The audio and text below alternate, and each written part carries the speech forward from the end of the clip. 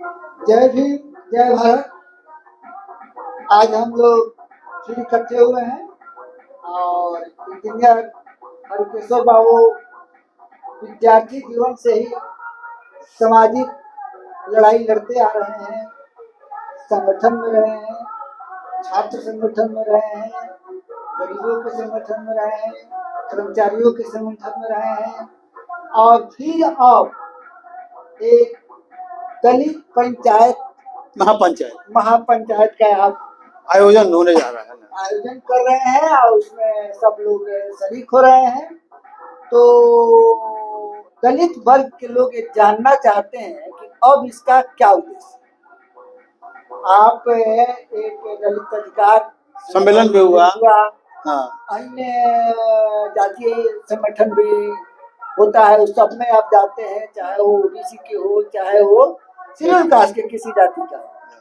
तो अब फिर ये दलित पंचायत का उद्देश्य आवश्यकता हम जानना चाहते हैं और लोग भी ये पूछते हैं, तो कृपया इसको बताएं। देखिए, असल स्थिति ये है कि संविधान के अनुरूप सामाजिक न्याय को अभी तक स्थापित नहीं किया जा सका। नाम तो लिया जाता है संविधान का, लेकिन काम होता है उल्टा। ठीक है, तो संविधान के अनुरूप सामाजिक न्याय को स्थापित करना, धर्मनिरपेक्षता को स्थापित करना और दलित अधिकारों से जुड़े जो भी अधिकार है, संवैधानिक अधिकार, संविधान प्रदत्त जो अधिकार है, उस अधिकार से लोगों को अवगत कराना और उस अधिकारों को आम लोगों के बीच स्थापित करना, मुख्य इसका कार्यक्रम का उद्देश्य यही है। दलित महापंचायत बिहार का उद्देश्य यही है कि दलित वर्ग के लोग अपने संविधान प्रदत्त अधिकारों को जाने और संविधान प्रदत्त अधिकारों के लिए बोलना शुरू करें और संविधान प्रदत्त अधिकारों के लिए लड़ना शुरू करें, ताकि जो सत्ता में बैठे हुए लोग हैं वो समझ जाएं कि अब हम इनके अधिकारों को नहीं छीन सकते हैं। अगर छीनने का कोशिश करेंगे तो हम बेनकाब होंगे और हम कहीं के नहीं रहेंगे। मैं उसका उद्देश्य मान लेंगे। इसमें हम एक जोड़ना चाहेंगे। हाँ, बोलिए। बड़ा अच्छा एक कार्यक्रम है, नाम भी है। हाँ, तो ये दलितों के अधिकार और उद्देश्य को बताने के लिए इसके नाम के अनुसार अगर पंचायत स्तर तक इसको ले जा करके दलितों में जागृति लाई जाए तो दलित महापंचायत का उद्देश्य हमको लगता है कि पूरा होगा, ज्यादा अच्छा रहता। लेकिन देखिए, लेकिन स्थिति ये है ना कि ये तो बहुत बड़ा काम है। पंचायतों तक पहुंचना बहुत आसान काम नहीं है और पंचायतों तक पहुंचने का काम मान ले कि लोग पहुंच रहे हैं जो पॉलिटिशियन, क्योंकि उनको पंचायतों से वोट तक लेना रहता है। ठीक है, और उनके पास रिसोर्सेज भी बहुत रहता है।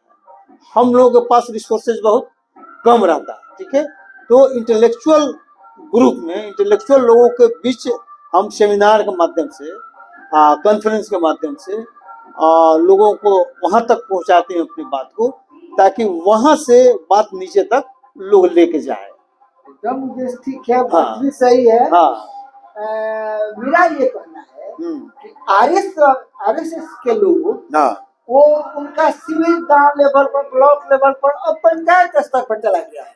ठीक है, और हमारे दलितों को, वो लोग वहाँ के नौजुवकों को, पढ़े लिखे लोगों को, यहाँ तक कि मजदूरों को भी अपना एजेंडा समझाने में कामयाब हो रहे हैं। तो वजह की तो कि वो बहुत पुरानी संस्था है। अब 100 साल मान लेंगे, 2025 में उनका 100 साल पूरा हो जाएगा। ठीक है, तो 100 साल का उनका संगठन है और वो चूंकि मजबूत लोगों का संगठन है। सबसे जो समृद्ध लोग हैं समाज के, क्रीम है, समृद्ध लोग कहिए, उनका संगठन है और सब लोग उसमें अपना सहयोग करते हैं।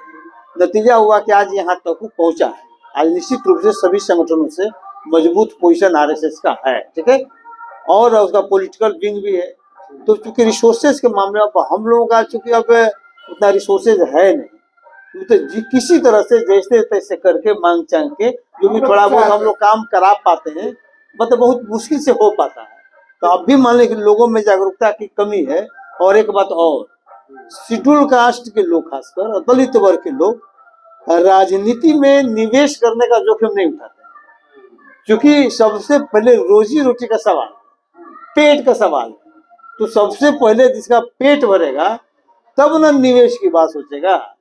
तो ये परेशानी तो है, लेकिन उसी में जितना संभव है उतना मान लीजिए कि अगर हर एक स्तर से हो तो निश्चित रूप से आज न कल सफलता उसमें तो मिलेगी। आरएसएस के काउंटर के लिए भी हम लोग को इसमें आगे आना सोचना चाहिए निश्चित रूप से कि क्या हम लोग करें कि हम अपने लोगों को समझाने में कामयाब। नहीं, लोग तो समझ भी रहे, ऐसा नहीं है। देखिए, वैचारिक दृष्टि से वो चूंकि जाके खर्चा करके लोगों को समझा रहा है, समझे। हम लोग बिना खर्चा के समझा रहे हैं, ठीक है। तो ये मान ले आपके लोग ज्यादा समझ रहे हैं, ऐसी बात नहीं, आप बात नहीं समझ रहे हैं, लेकिन जिस स्तर से होना चाहिए उस स्तर से नहीं हो पा रहा। लेकिन खैर फिर भी हम लोगों को कोशिश मान लें कि करते रहना होगा। इसलिए देखिए, हम लगातार कोई ना कोई कॉन्फ्रेंस स्टेट लेवल में सही, ठीक है, मतलब होते रहेगा। इसका इम्पैक्ट दूसरे जगह भी जाता है, इसका प्रभाव नेताओं में जाता है, कार्यकर्ताओं में जाता है। और जो आज तो समय में सब लोग कंप्यूटर से जुड़ गया है, सब लोग फेसबुक से जुड़ गया है, सब लोग मान लो व्हाट्सएप से जुड़ गया है। तो जो आप यहाँ बात करते हैं वो बात आपको नीचे तक पहुँच जाती है, लेकिन फिर उसको थोड़ा और ऑर्गेनाइज्ड वे में ले जाने की मान लें की जरूरत है। तो उसके मान लें कि होगा, और पीढ़ी को तैयार करना है, आने वाला पीढ़ी उसको ले जाएगा। और हम लोग से जितना संभव उतना कर रहे हैं। बस आज इस पॉइंट पर हम लोग इतना ही। हाँ, नहीं ये हुआ नहीं। कब है दलित महापंचायत, कब है?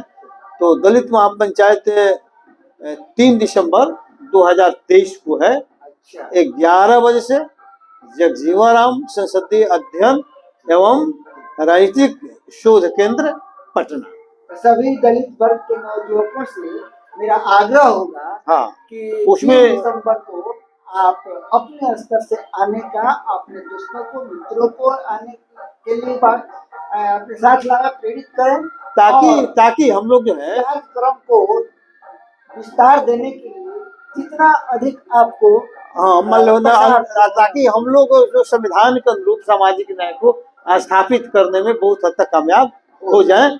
बस इन्हीं शब्दों के साथ जय भीम, जय भारत।